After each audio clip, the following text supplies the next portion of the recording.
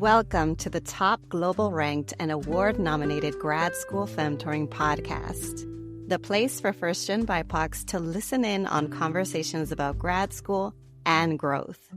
In this podcast, you'll learn about all things higher education, personal development, and sustainable productivity. This is Doctora Yvette Martinez-Vu, and I will be serving as your femtor, providing you with tips and tricks and everything else you need to know to successfully navigate grad school and beyond. For over 14 years, I've been empowering first-gen students of color along their personal and professional journeys, and I'm really excited to support you too.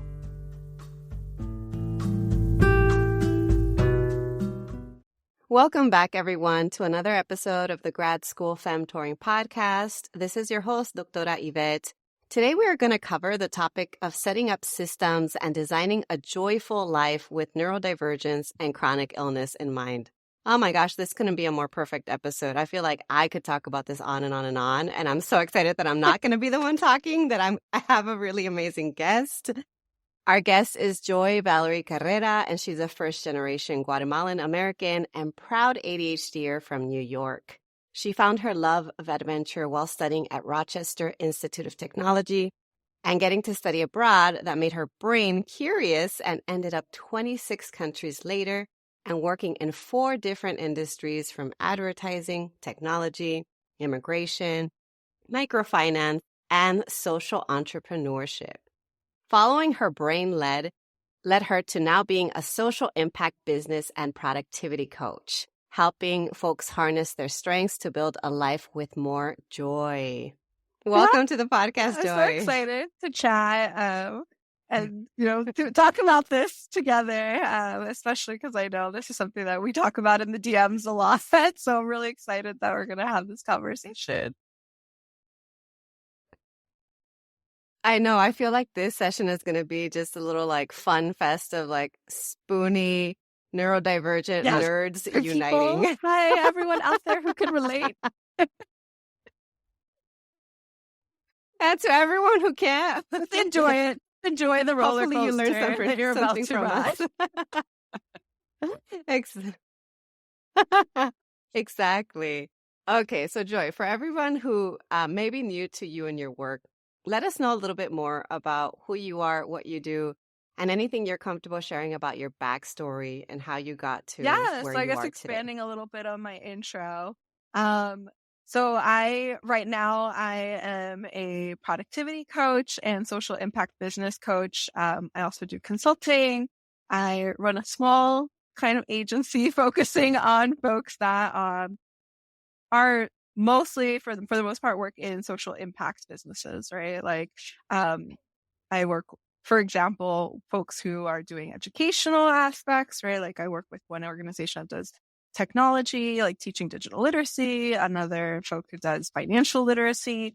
And I think that really I realized for me, being a neurodivergent person, I was always the person that was like, I want to do everything, right?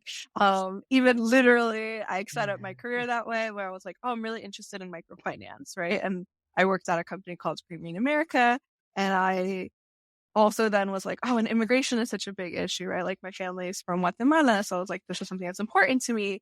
And then realizing you can't do everything at once, right? I would try to do volunteer work. I started a podcast back in the day called Basic Brown Nerds. And I realized that was really leading to me burning myself out to really big extremes. And I think especially folks probably relate, I was always that nerdy kid, that straight A student, right? I cried when I got my first B. Very nerdy. Oh my gosh, me too. It was a whole meltdown. My teachers were like, girl, calm down. And I was like, but then I kind of settled when I got to college. But I think especially for most of us who are diagnosed later in life, I was diagnosed when I was around 24 or 25 with ADHD. Once I kind of entered the workforce and realized something was off, especially I went to RIT, which very techie, very nerdy, lots of other people who are neurodivergent, that it kind of just you blended, right? Lots of innovation. So it was, easy. Well, not easy, but I felt at home. And then when I started working, that's when I kind of was like, what's going on here? My biggest struggles were mostly on the kind of social aspect, really. But then also trying to balance my personal life. And around then, it was the first time I actually got insurance, like good insurance. I grew up like on Medicaid. And I always complained as a kid that I was like always in pain, like something was always off. And it wasn't until then that I finally had access to care, medical care, that I started realizing like, oh, I actually have a lot of issues, right? I had a lot of gut issues, have a lot of gut issues, a lot of fatigue, and a lot of just, unprocessed trauma as well. So I started therapy, and that kind of started making me realize that I was using working a lot as a coping mechanism to really just not deal with the pain.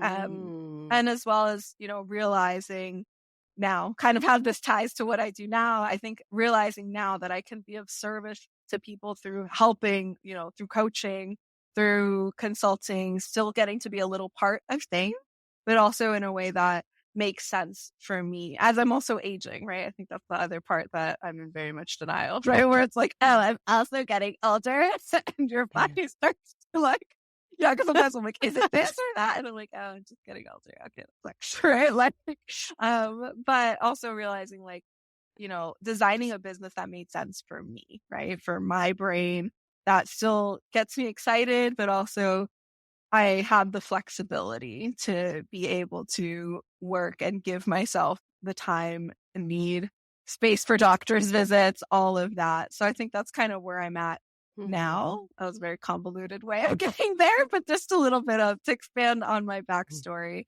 And yeah, I think the biggest thing it has been that I'm really grateful that I grew up in an environment that my parents always encouraged me to kind of follow my brain's interests and not so much of like trying to suppress my weirdness. If anything, it was very much like, I would be like, oh, kids call me weird. Or they'd be like, embrace that we're weird, right? Like we're all weird. Now that I'm older, I'm like, I think this is because we're all neurodivergent, right? But also right. That was my nickname too in middle school. I was the but weirdo. I always I feel like, I kind of took that and was like, you know what? I'm going to find my band of weirdos, right? And it's funny enough, like as I've gotten older, especially in my 30s now, a lot of my friends also were diagnosed.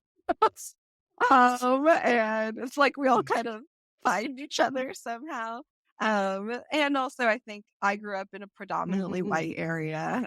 So that was another thing that a lot of my friends were like kind of also other immigrant kids, right? Or other neurodivergent kids. So I feel like, I kind of found my group, and it hadn't really been until adulthood that I started realizing not everyone is the cool, in my word, right? Like I'm like the cool nerdy kids because, you're always, I don't know about you, but I was like in the honors classes and the AP classes, and I was like, oh yeah, this is normal life, right? Like we're all just a little weird and we're all very like nerdy. And then you go out and you're an adult and you're like, oh, the world is not like this.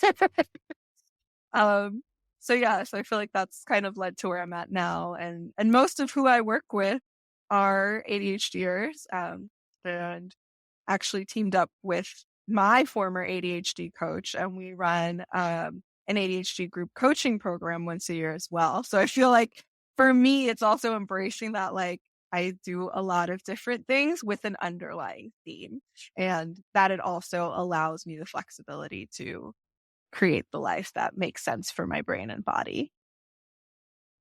So that was a lot. I'm thinking about our listeners and how someone who maybe sees themselves in what you've shared, like, oh yeah, I was that weird kid, or oh yeah, I was that high achieving kid who did well in school, or the nerd. And they're thinking, well, I'm still in school, or I'm still trying to figure stuff out, or I still don't have access to the health insurance, etc. And I'm wondering about that process, because you mentioned that when you first started working, that's when it sounds like it was around the time that you got your diagnosis. So I think And it's funny because even remember, like when I was in college, I changed my major 4 times. Like now looking back at it, I was like, oh, the signs were there. Right?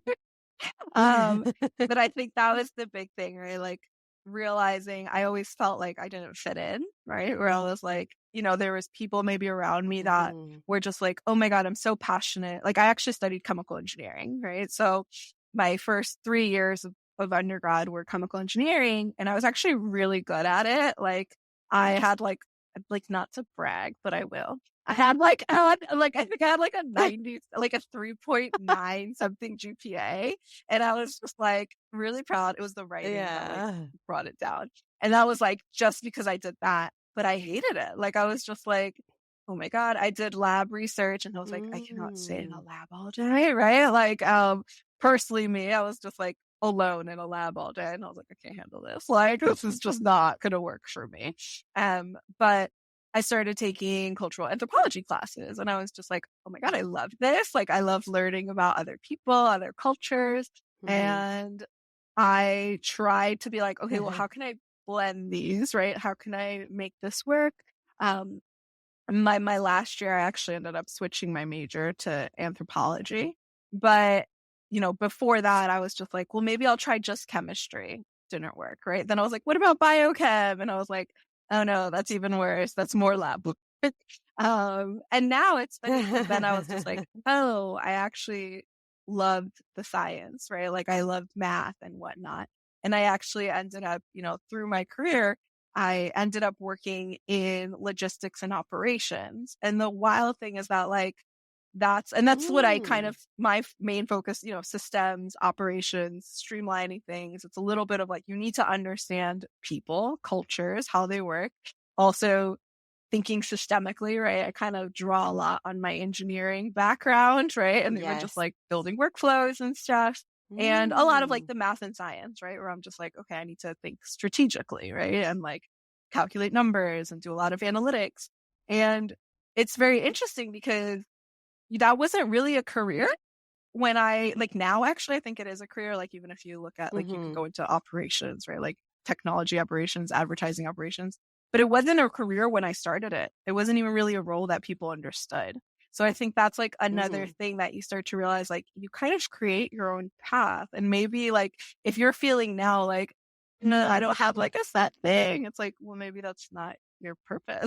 Or that's not the goal. Like maybe you're someone that's going to pave a new path. There's always new careers starting out. And I think the big thing that as neurodivergent people, we tend to lean more towards black and white thinking sometimes, where it's like, well, if it's not this, then it's not that. And the funny thing too, is that we also have this big, for lack of a better word, I know a lot of people don't like saying this, but like superpower that we actually can see beyond like, wait, there's like so many other ways to do things. So it kind of is this like contradicting thing sometimes, but I think a lot of us do tend to steer towards that, where it's like, wait, maybe we create our own path. So I think, if anyone listening feels really discouraged, it's also like, okay, maybe I can look at this in another way, right? Or maybe it's something more multidisciplinary for me. I think that was the question on the top. Yeah. Well, yeah. So actually, I have 2 questions, and so the first part of the question, which is what I asked, was like kind of like, when did you at what point did you figure out you were neurodivergent and get a diagnosis? And you shared how it's impacted your professional life in particular. I'm curious about the chronic illness side, the chronic illness piece, because you did hint at it when you said you always felt like pain and other things going on as a child. But I'm curious, what your journey in like figuring out that you had a chronic illness or chronic illnesses, what that looked like for you, and also how that it has impacted your professional and so I think, personal life. it's interesting because I feel like I'm at this stage right now where I'm at like I'm trying to practice like radical acceptance and surrendering. And I think for me, I actually just had a therapy session on this where it was realizing that I was like, okay, just, surrendering and acceptance doesn't mean I have to give up or be like, well, I'm fucked, right? Like, Exactly. but but also thinking, you know, like, okay, well, this is it and I'm doomed, right? Like thinking of it in that way. Because I think for a long time I felt like, well, if I'm not always trying to like heal, right? But I think I was looking at it in a way of like, I have to heal and I have to be normal, right? Like, or I have to, even though like that's not necessarily what I believe, I realized it was this like very ingrained belief in me, like that you start to realize like, oh, that's the internalized ableism, right? That we start to be like, okay, well, it means I have to be normal, right? That one day I'm going to just be okay, right? But I think it's also looking back and I'm like, okay, accepting that some days are harder than others, but also accepting that I can create systems to support myself, right? Or just even accepting that. Like yesterday was a rough day. I have no idea what the core root cause is. And I think for me, that's a big thing. Like being a science-driven person, I'm like, I need to know what is causing all of Me too. Like when I talk to my it's so annoying, isn't it? I'm You're like, what was it? And I'm like, explain it to me. Like you're in chemistry. I was like, I'm a chemist. Like I was like, I have a chemistry background.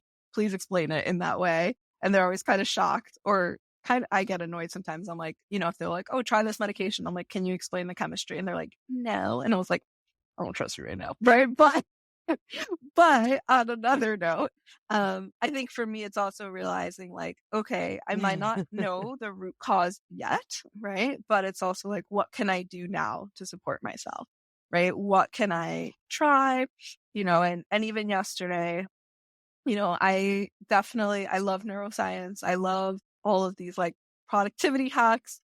And, you know, one of the big ones is always like our brain association, right? Like, okay, try not to like be in bed and do all these things, right? But yesterday I was just like, I literally can't get up. Like I'm breaking out in chronic hives, like from my waist down, that it like hurts even to sit for a long time. That I'm just like, right? And that's not for anyone to pity me, but like the reality, that's what's happening.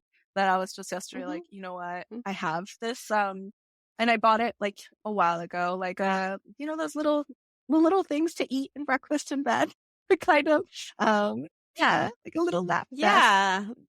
Tray. Yeah. The little mine trays, is like an actual like computer laptop thingy, right? So it's just like, yeah. I have one of those And I was too. like, okay, well, today it's just going to be a computer work from my computer type of day. And oh no, I just realized, sorry, my charger was, sorry, wrong. Can I just say that it's such an ADHD thing too? I was like, I usually, oh no, I'm at 1%. Whenever I do workshops and stuff, I specifically have a slide at the front that's like, grab your water, grab your fidget, grab your charger. And I'm like, it's mainly for me. I have to remember. And then you see a bunch of people get up and be like, oh yeah, right. But at the same time, I was like, damn it, I forgot my list today. But that's the reality. But yeah, kind of going back to what I was saying, you know, it's just kind of even accepting like, okay, today is like a low energy day. I was also on my luteal phase. Like I try to track my cycle to just even accept. Yeah.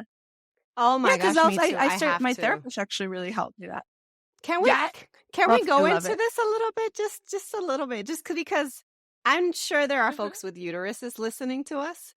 And if they notice things shifting every month, you know, waves with their cycle, it might be helpful. Just, I mean, whatever you're comfortable sharing, because I'm also down to talk about how I track my cycles, so I think too. Even that, right? So, let me finish up this thought and we can jump into that. So even yes, right? Like I think just accepting that I was like, okay, today's a low energy day. Like what is within my control? And I was like, within my control is, you know, I can either cry about it and be like, and give up and not do anything. But I was like, okay, there's still some things that I could do from my bed. Because the reality is, you know, we live in a capitalistic society. Like I'm really lucky I get to work for myself. But even like some of the work I do, I was like, I can do that from my bed. Right. So I was working on some client work yesterday and was like, I could do that from my bed, right? No one's judging me there, right? It wasn't any calls that I was doing. It was just some strategy work. And so I was like, okay, it's like, I'm just going to do this from here. Going to take breaks in between, like give myself naps. Also looked at my calendar and I was like, well, yeah, it's like my luteal phase. So I was like, all right, we're just going to embrace it. And I think going on that note, for me personally, like I worked with, one with my therapist. We do a lot of like mind body work. And I also worked with a wellness coach and started realizing, actually my therapist pointed it out, like my moods was changing so drastically, like week after week. And like, I'm just thinking like, oh my God, maybe I have some other diagnosis I don't know about. Right. And she was just like, I kind of noticed there's a pattern. And she was like, I think it's your menstrual week, right?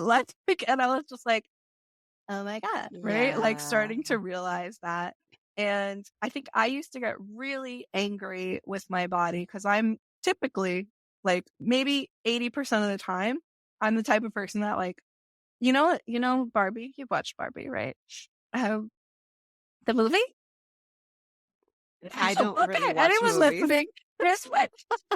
I watch episodic TV shows. I do not watch movies. I fall asleep to them. Just FYI, fun fact. So in the Barbie movie, right? There's like in the beginning, like there's like, "Hey Barbie," and she just like wakes up and springs out of bed, right? Like, and that's usually me on a good day, right? Where I'm just like maybe like 80% of the time, I like wake up and I'm like, yeah, I'm like I have things to do. I design my life to be excited about the things I'm gonna do, and then the 20% that I'm not, it's like, oh my God, yeah, right? Then it's just like complete difference. And I started realizing that, and I was just like, wait, like I wake up and I get so angry because like my mind wants to do all these things. Like my brain's like, okay, we're going to do all these things. And my body's like, nah, girl, we need to just lay down. Right. And I started realizing like that was my frustration, like that gap there. But, it's not something that I was like, all right, like, my mind was trying to like force my body to be like, let's go. And then it was like this, anger, and realizing for me that was causing a lot of like, just depression really, right? And very low lows. And then until like I felt better. And then I was like, okay, like there's a cyclical thing to this. And personally, I also have PCOS. So there's that, polycystic ovary syndrome.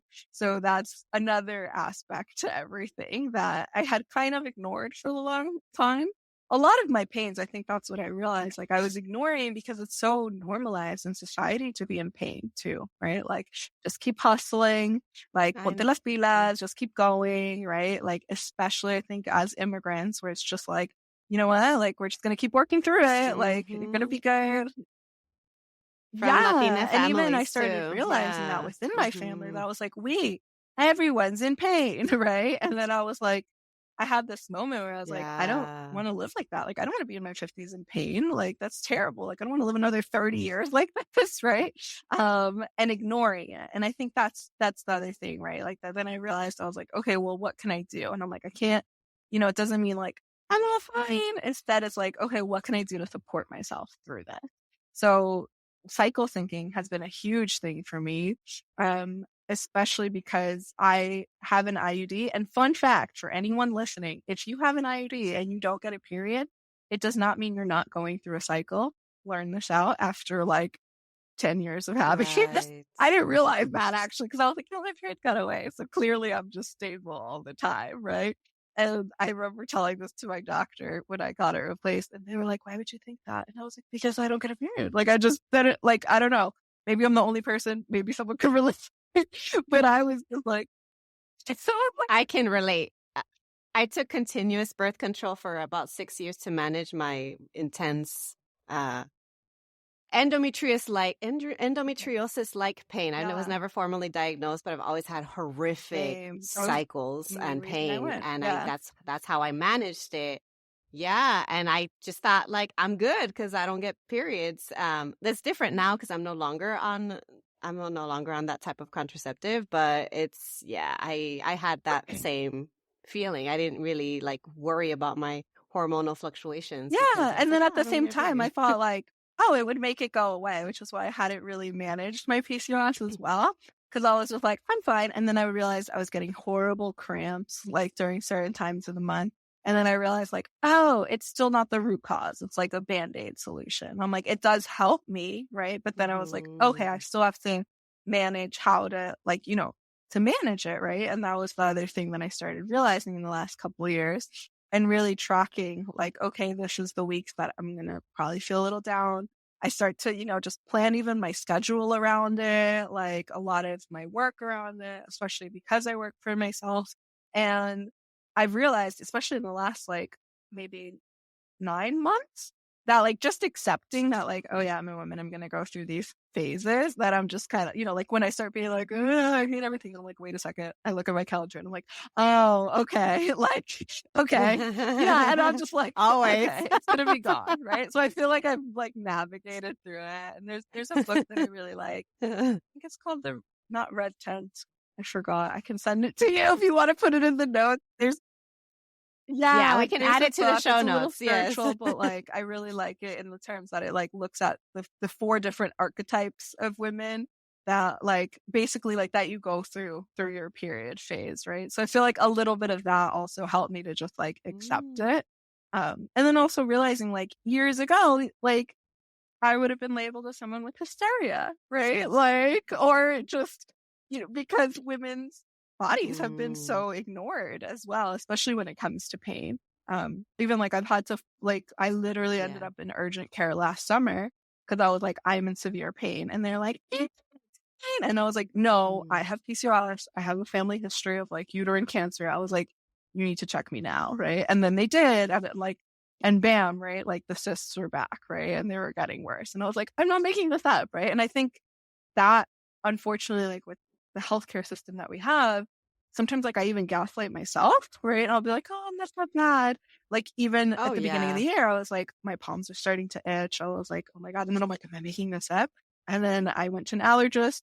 I felt a little gaslighted. And then like 2 weeks later, I started breaking out in hives. And I was like, okay, like, so I feel like there's a part of it where I'm just like, yay, I'm in tune with my body, right? Like I'm getting, like noticing when the symptoms start to flare. And then at the second part, you're just like, oh shit, like the symptoms are flaring.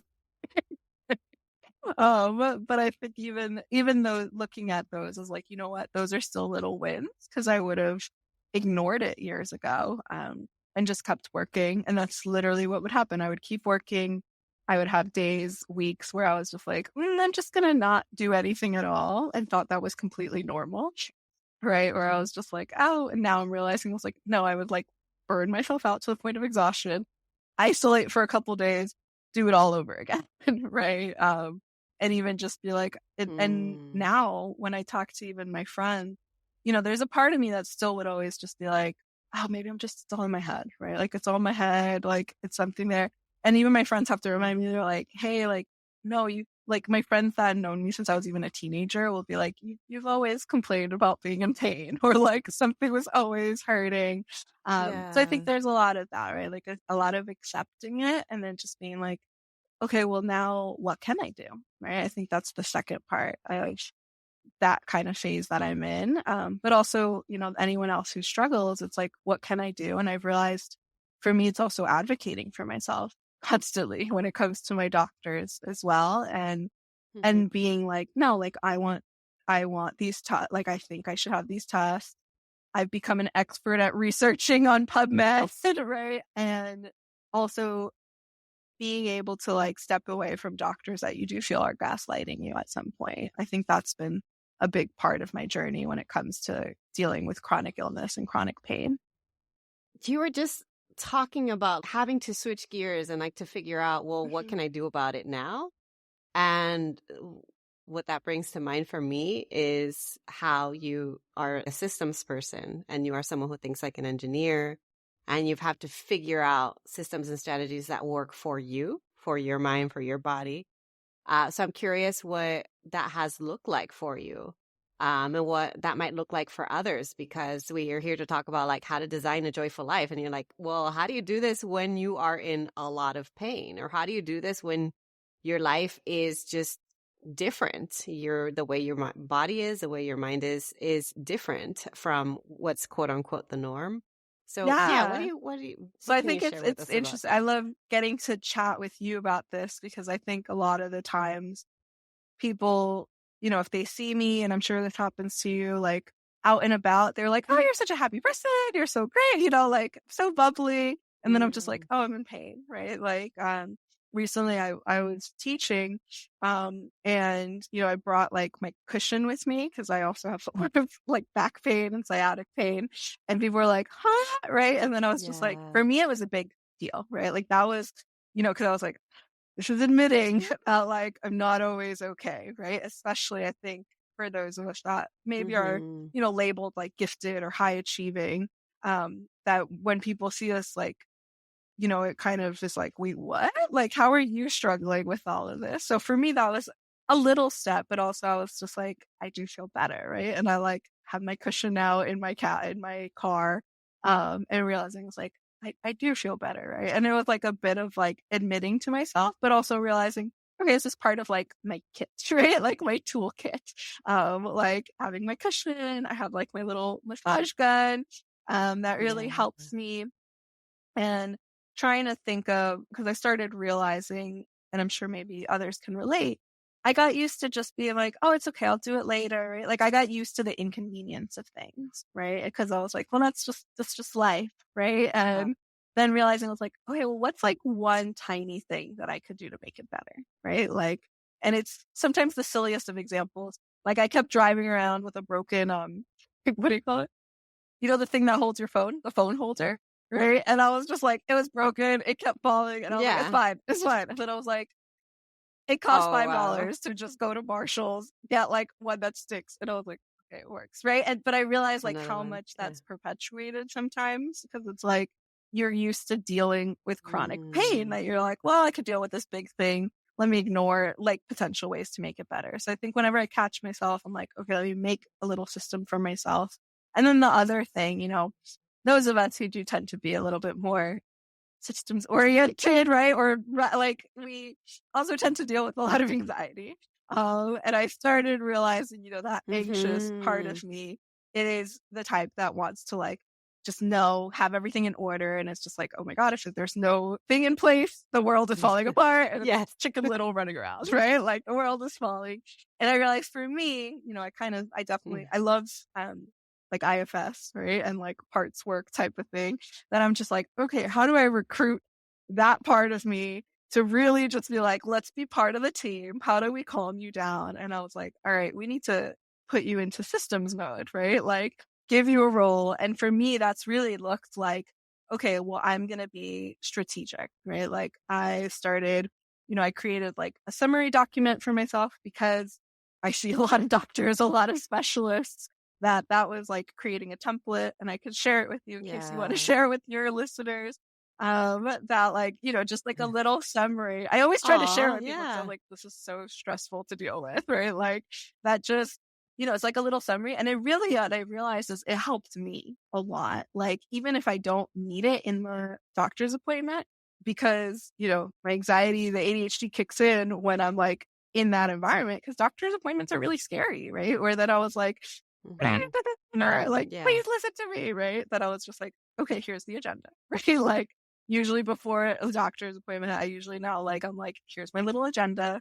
If they have a way to send them a message, I'm like, hey, here are some topics I want to talk about, right? I realized it's led to less like feeling conflict with my doctors and also realizing like which are people that are like on my team, right? To really be like, okay, we're in this together. Like we're both trying to figure it out. Cause that's what I also realized. Like I was giving all my power to being like, you're going to figure it out. Right. Like, and realizing like, oh no, they're just also Mhm. people. We're also just doing process of elimination. Right. We're kind of all really Yeah. experimenting. And I started realizing that instead of like, oh, the doctors are going to cure me and they're going to figure it all out. Right. And I don't know. I think that has to do a lot with a lot of Latino cultures also sees it as like, oh, they're so like, well, like, wow, so impressive. And like, obviously, yes, they go to like a lot of school.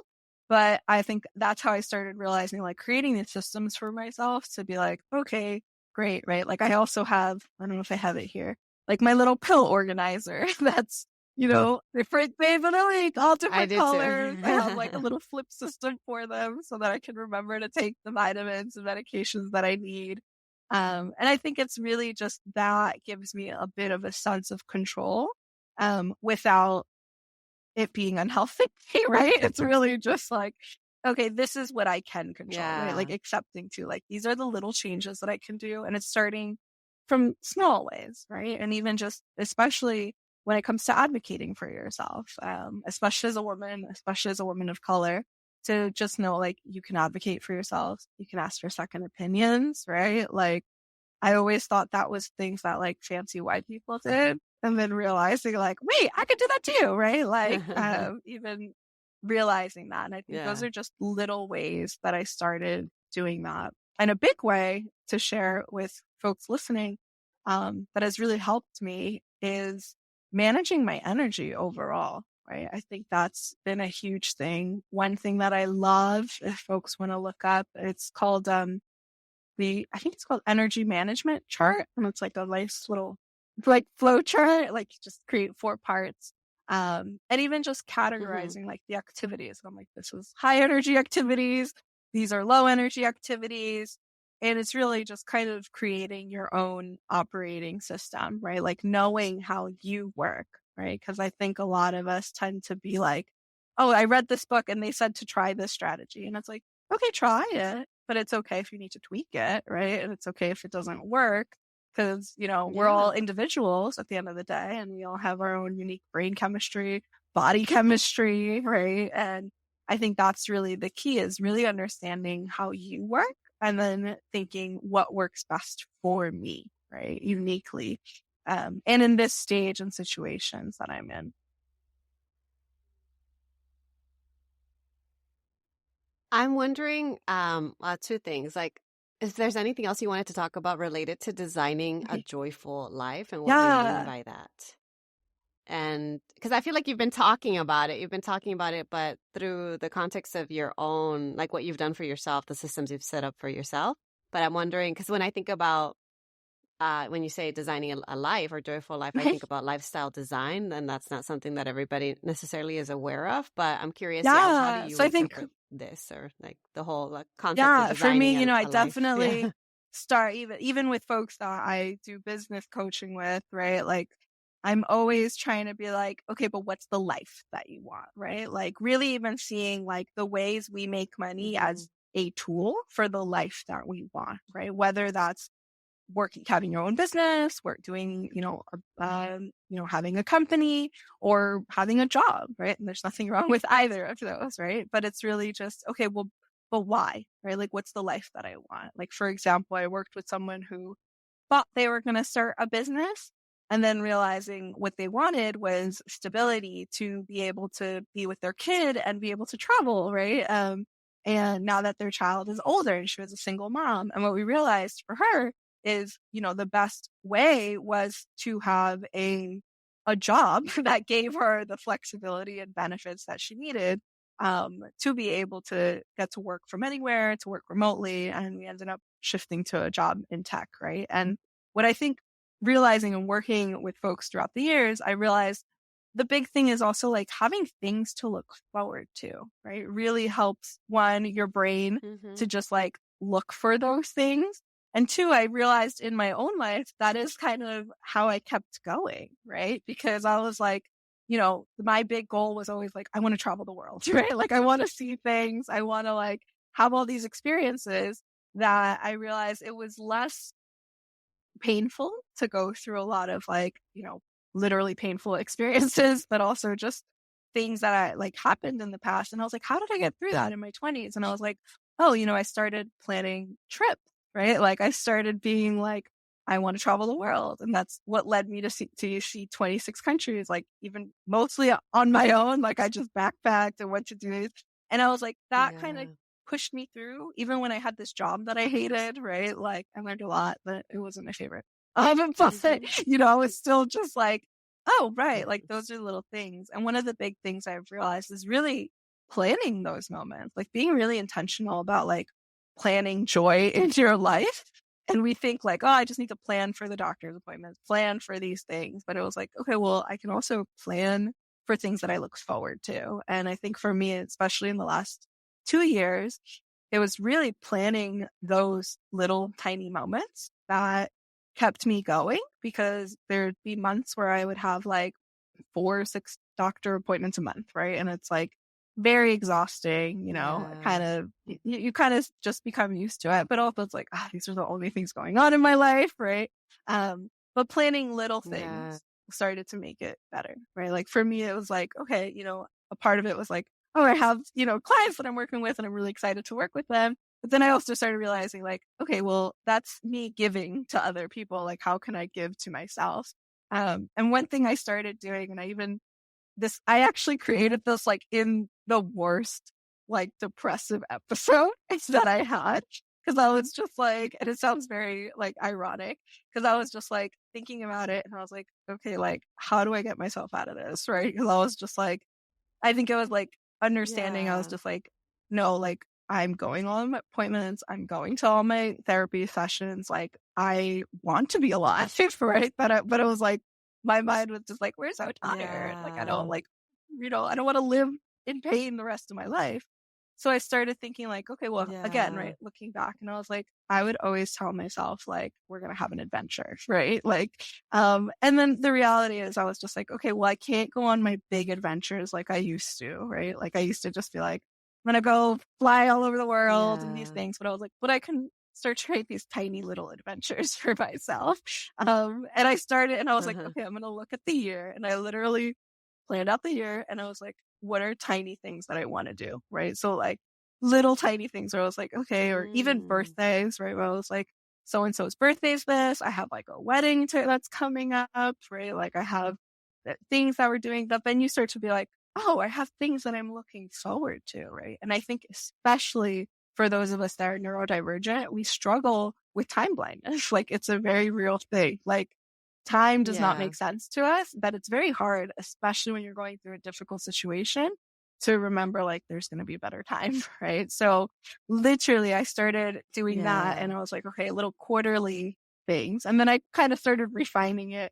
And at the beginning of the year, I held this little workshop that I was like, okay, let's look at it in seasons.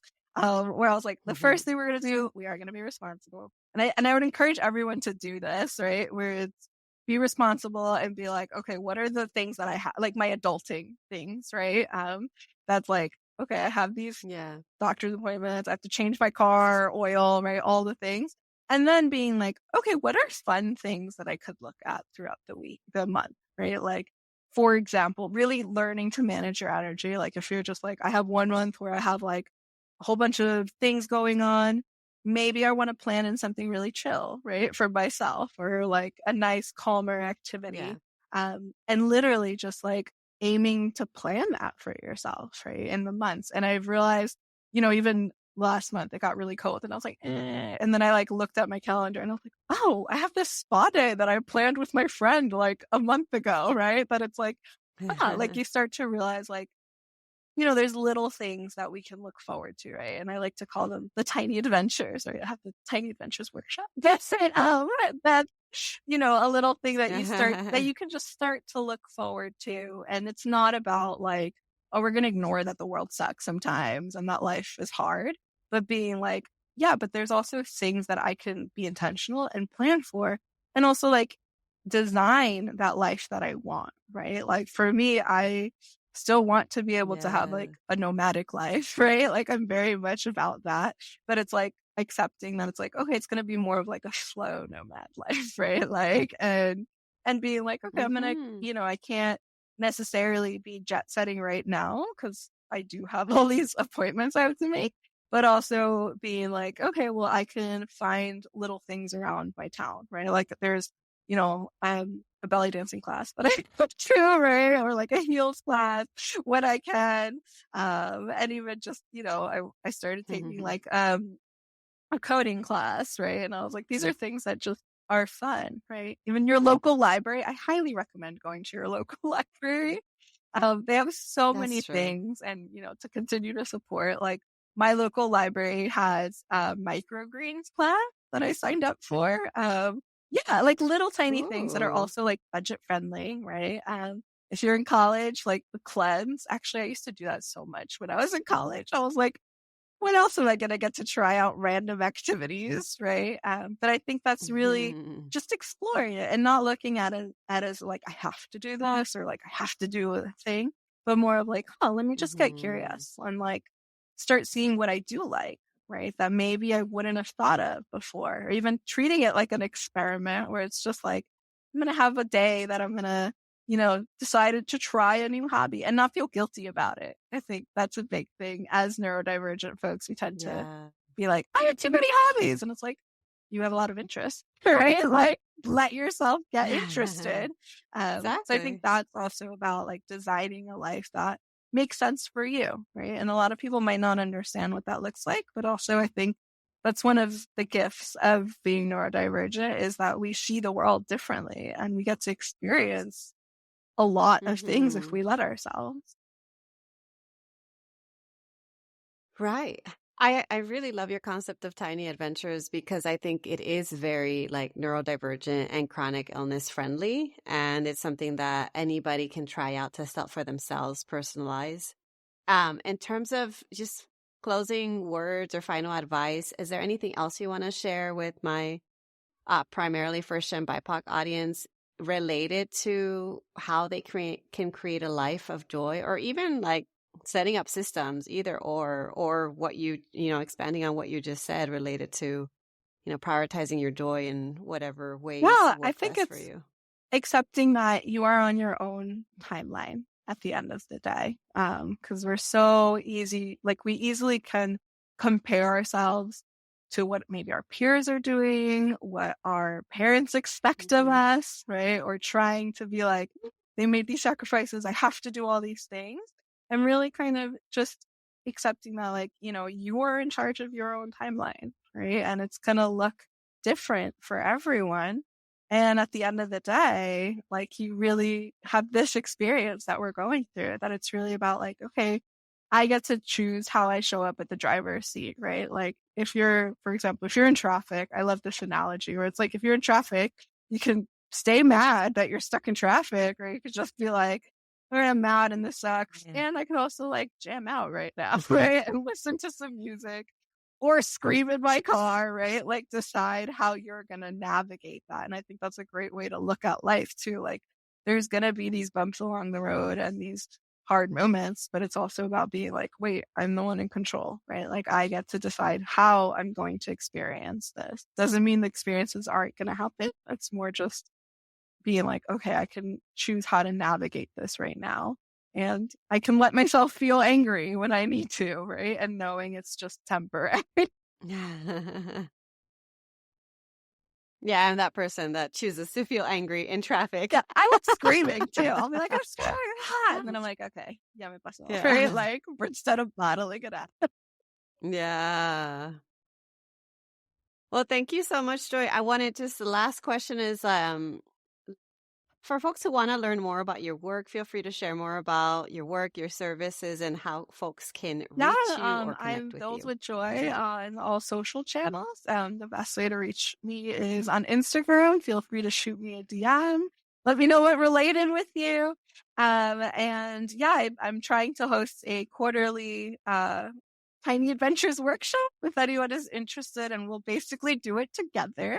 And I'll give people the prompts so that we actually do it. It's very neurodivergent friendly. And yeah, if people are interested in working together, feel free to shoot me a DM or book a call with me, or look at my website at buildwithjoy.com. Well, thank you once again, Joy, for, sharing space with me and with us today, for sharing your wealth of knowledge and strategies and insights and just all the fun stuff you shared. I'm like, oh, it has some ideas for things that I know. I wouldn't talk too much. No. I loved it. Thank you. Thank you for everything that you shared. And I feel like I could totally have you again. I feel like there's a follow-up to this. Well, thank you.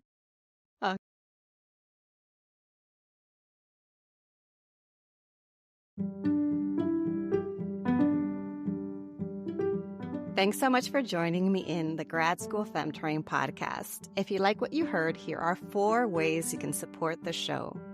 The first is to make sure you're subscribed and leave a review on Apple Podcasts. If you email me a screenshot, I'll send you a surprise freebie. The second way is to get your copy of my free Grad School Femtoring resource kit. which includes essential information to prepare for and navigate grad school. You can access it at the link in today's show notes. The third way to support my show is to follow me on social media. You can find me on Instagram with the handle @gradschoolfemtoring and on LinkedIn by searching my name. The last way to show your love is to order a copy of Is Grad School for Me, my graduate school admissions book for first-gen BIPOCs. Thanks again for listening, and until next time.